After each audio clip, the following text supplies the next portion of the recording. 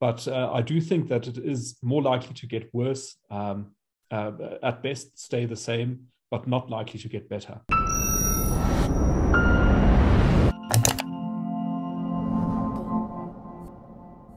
I sat down with John Endres and Frans Cronje of the Centre for Risk Analysis in a recent episode of my podcast, Solutions with David Ansara. We discussed the future trends in South Africa's politics that may alter the trajectory of the country. If you enjoyed this analysis and you would like to watch the full conversation with John and Frans, you can do so by clicking on the link in the description below. Enjoy. Frans, let's turn now to the DA, because they suffered some reversals. They went down to 22% at the overall national aggregate level, but still the largest opposition party, and could potentially play an outsized role in forming this new potential broad united democratic front against the ANC. Where do you think the party is at the moment? Because they've had some leadership changes over the last year or two, and seem to be ideologically at least a bit more coherent. But is their offering resonating with the electorate, and how are they going to be building their strategy in the build-up to 2024? I think the DA is doing really great, David. They lost votes, yeah, but those votes weren't lost to the opposition.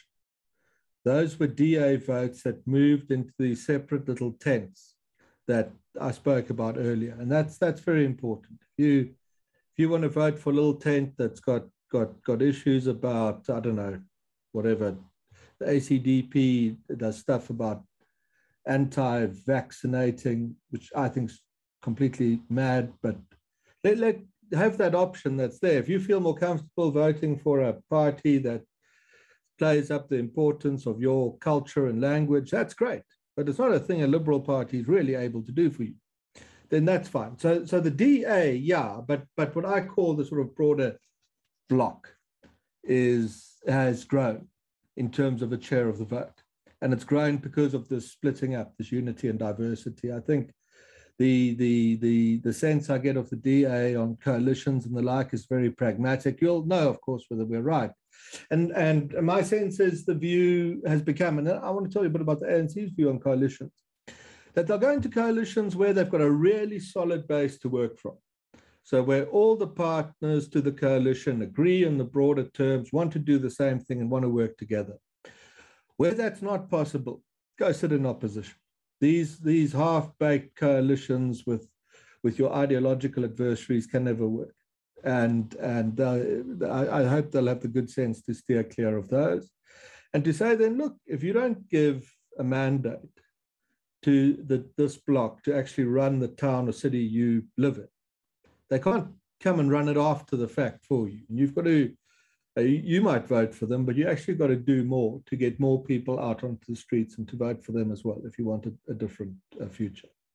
That's good. On the ANC, as I sort of read things, at the highest levels, there's a sense to go into opposition as well. I mean, if the Ramaphosa ANC now gets into a formal alliance with the EFF, Mr. Ramaphosa is going to go to an investment conference and say, hi, my government is trying to grow the economy and be successful and so on. I mean, it will reveal what we've always held is the lie about the idea that the ANC is set for reform. Enjoying this analysis? Click here to sign up for our 30-day free trial for more content from the CIA. So that's not assured. At the lowest levels of the ANC, there's a different mood. Because if you've been a councillor in an ANC-run corner of the world, then the chances are that you've been stealing. And you've probably been stealing in cahoots with your EFF mates and a couple of others. It's not just those two. Now you've lost, you're the ANC. You want to get back into that municipality. You've lost your majority. You're going to run straight to the EFF and say, let's make a deal, so that at a local level, you can continue managing your fiefdom as you have done. So there, at the local of the ANC and at the national, there's a different attitude towards coalitions. But you know, the ANC is a decrepit organization, bereft of ideas. But even despite that, there is a sense at its highest levels that if we are now in with the EFF, this is, I mean, either we've got to destroy the country and the economy, sink its constitutional safeguards, and hang on as best we can, do Venezuela, or we're completely screwed, because people will realize that no reform could possibly come out of a coalition like this. So the sense to sit on the sidelines is also good. You might therefore get this peculiar position where in some districts of the country, no one is falling over each other to go and govern, and rather sitting back and saying that they're not going. Then a whole lot of interesting things happen that I'm not good enough to tell you. But then, you know, these things do then happen to your town. It's no one's in charge. No one wants to run. No one has a majority. So, John, we at the Center for Risk Analysis release Monday morning risk alerts, which are short 2-page alerts flagging the key risks in South Africa and the world for our clients. And the closing sentences of this Monday's risk alert was regarding service delivery in some of these hung councils, which you suggested might not necessarily improve, in fact, might get worse. And the closing line was, our advice is to anticipate bumpy governance in the years ahead and to create as much self-sufficiency in your household and community as you can muster in the interim. And I suppose these are going to be some of the transitional pains and disruptions associated with this new punctuation of the equilibrium. So do you care to flesh that out in a bit more detail? Because it seems that service delivery is going to suffer under this period of interregnum where, as Gramsci said, the old has yet to die, but the new cannot be born. What are we looking at in terms of the actual experience of ordinary South Africans in this country and their experience of government? Well, I think we had 27 hung councils in 2016. Those are councils where there was no single party that had over 50% of the share of the vote. And now we've got 70 out of 213 councils. So about a third of all councils in South Africa now are hung councils where no single party has a majority. Now, the interpretation here is that we are not very good at coalitions as a country, given what we've seen in Nelson Mandela Bay, in Johannesburg and Tshwane. So if we're going to see coalitions all over the place, and they're all as bad as those coalitions were, then governance is not going to improve. And I've seen comments that governance in many towns has already collapsed under the ANC, even when it had a majority. So what difference is it going to make if there's no majority and you've just got a group of parties struggling to run a place? But I do think that it is more likely to get worse, at best stay the same, but not likely to get better. And the reason for that is that these various parties in the coalitions, in all likelihood, are going to find it difficult to work with one another smoothly, and that there will be lots of jockeying for positions and for power that will create instability and volatility in administration, which citizens will experience as worse service delivery.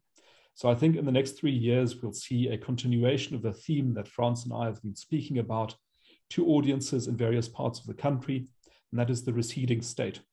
That really was found its clearest expression in July in KwaZulu-Natal, where the core function of the state was nowhere to be seen, when large numbers of people went on looting sprees and on protesting sprees, and were left unchecked by the state. The state was nowhere. And that, as a matter of fact, continues to be the case until today, where after the unrest, the government announced that there were 12 instigators and that the investigators were making good progress in identifying them and bringing them to book. But as a matter of fact, no such thing has happened. And I think the state really doesn't really have a good handle on what's going on, nor the ability to do anything about it. That is a trend that's likely to continue over the next 3 years. The money isn't getting any easier. It's going to become even less. Competence in the central administration won't increase. It'll become worse.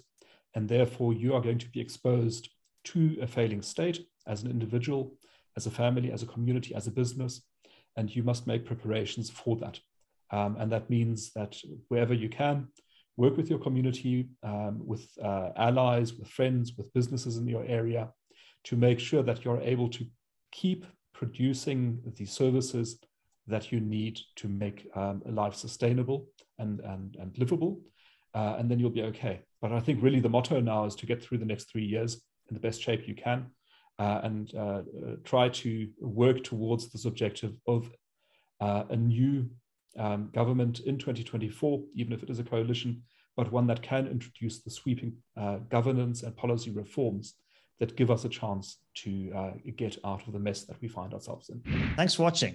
If you would like to watch the full conversation with John and Frans, you can do so by clicking here. And I'd also be grateful if you could subscribe to my other channel that's linked over here.